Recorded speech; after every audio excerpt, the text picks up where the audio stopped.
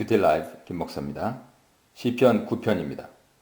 공평과 공의로 심판하시는 하나님, 압제당하는 자들의 요새이신 하나님, 심판을 통하여 하나님이 영원하심을 계시하는 것에 대해 묵상해 보시기 바랍니다. 1절로 6절입니다. 시편 9편에는 감사와 찬양 그리고 간구가 나옵니다. 1절, 6절이 찬양이고요. 13절, 20절이 간구입니다. 시인이 하나님께 간구하는 맥락 속에서 감사 찬양을 어떻게 봐야 할지 결정하는 것은 좀 복잡한데요. 두 가지로 볼 수 있는데 1절로 6절의 감사 찬양 내용을 과거에 하나님이 이미 이루신 일에 대해 기억하며 찬양 드리는 것으로 보거나 아니면 구원하실 것을 확신하는 가운데 마치 이루어진 일처럼 먼저 감사 찬양을 드리는 것으로도 볼 수 있습니다. 후자로 그렇게 보는 것이 좋다고 보여집니다. 시인은 주님께 감사하고 찬양하겠다 선언하면서 시를 시작합니다. 시인이 기뻐하고 즐거워하며 여호와께 온 마음으로 감사하고 찬양하는 것은 두 가지입니다. 하나는 주의 이름을 찬양하는 것이고 또 하나는 주의 행하신 기이한 일들을 찬양하는 것입니다. 특히 시인은 주의 기이한 일들을 전하겠다고 선언합니다. 기이한 일은 시인을 구원하시기 위해 하나님께서 행하시는 기적적인 일들을 말하는데요. 3절에 구체적으로 나옵니다.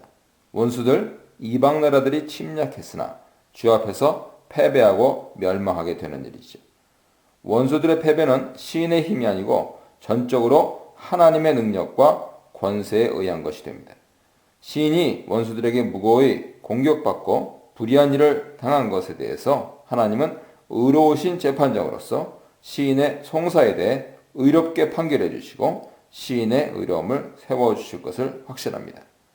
5절과 6절은 하나님이 과거에 하신 일에 대한 기억과 미래에 하실 일에 대한 기대가 다 포함되어 있습니다. 하나님이 악인들과 이방 나라들에게 과거에 하셨던 것처럼 미래에도 하실 것입니다.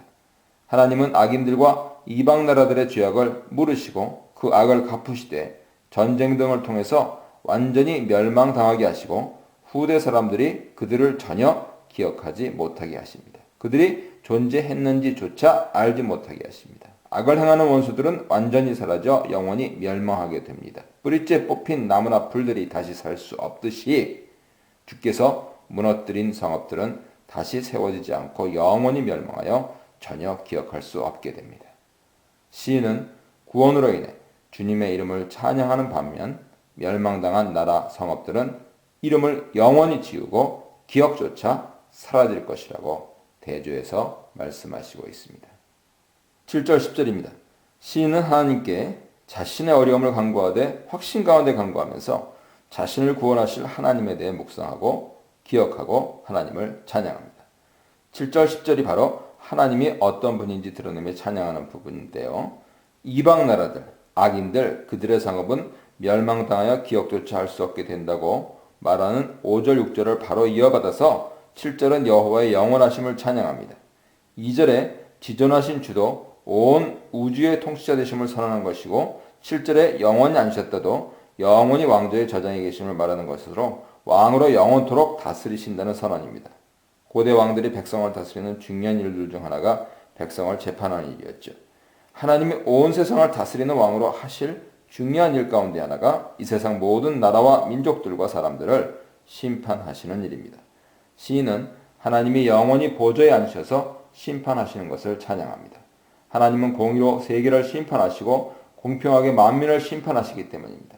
공의롭고 공평하게 심판하심으로써 여호와는 압제당하는 자와 환난당하는 모든 자의 보호자가 되십니다.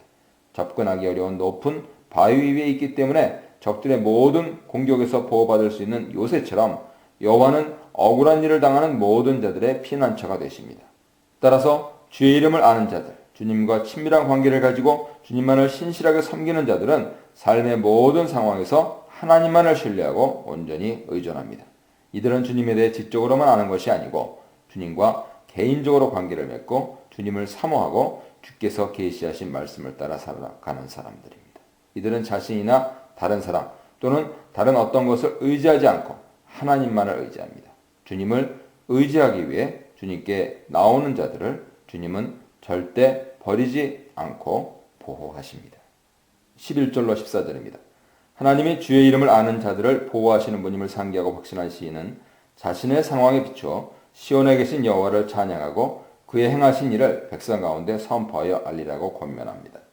시온에 좌정하신 여호와라는 표현은 온 우주의 왕이시고 재판장이신 하나님께서 이스라엘에게 그의 임재의 축복을 베푸심을 함축합니다. 즉 하나님이 이제 이스라엘을 공격하는 모든 이방 나라들을 물리치고 기이한 일을 행하셔서 자기 백성을 구원하고 지키실 것을 의미하지요. 시인은 하나님이 행하실 일을 다시 한번 확신하고 백성들에게 선포하며 찬송할 것을 권면합니다. 시인은 이방 나라들이 폭력을 행하여서 자신을 상하게 한 악행에 대해 하나님이 심판하시고 보응하실 것이라고 선언합니다. 나아가 자신의 힘으로는 도저히 이방 나라들을 감당할 수 없어서 주님을 온전히 의지하는 가난한 자신의 부르짖음을 하나님이 잊지 않으실 것을 확신합니다. 이 확신 속에서 시인은 하나님께 은혜 베풀어 주시기를 간구하죠. 시인이 사망의 문에서 일으키시는 주를 부르는데 시인은 주께서 구원해 주실 때 딸 시온의 문에서 주를 기뻐하며 찬송하겠다고 합니다. 딸 시온의 문은 13절에 사망의 문과 대조되면서 아울러 11절에 시온에 계신 여호와와 연결시켜 시온의 문이 바로 생명의 영역으로 들어가는 문을 의미하고 따라서 생명의 건진 그리고 구원을 의미한다 해석할 수 있겠습니다. 15절로 20절입니다.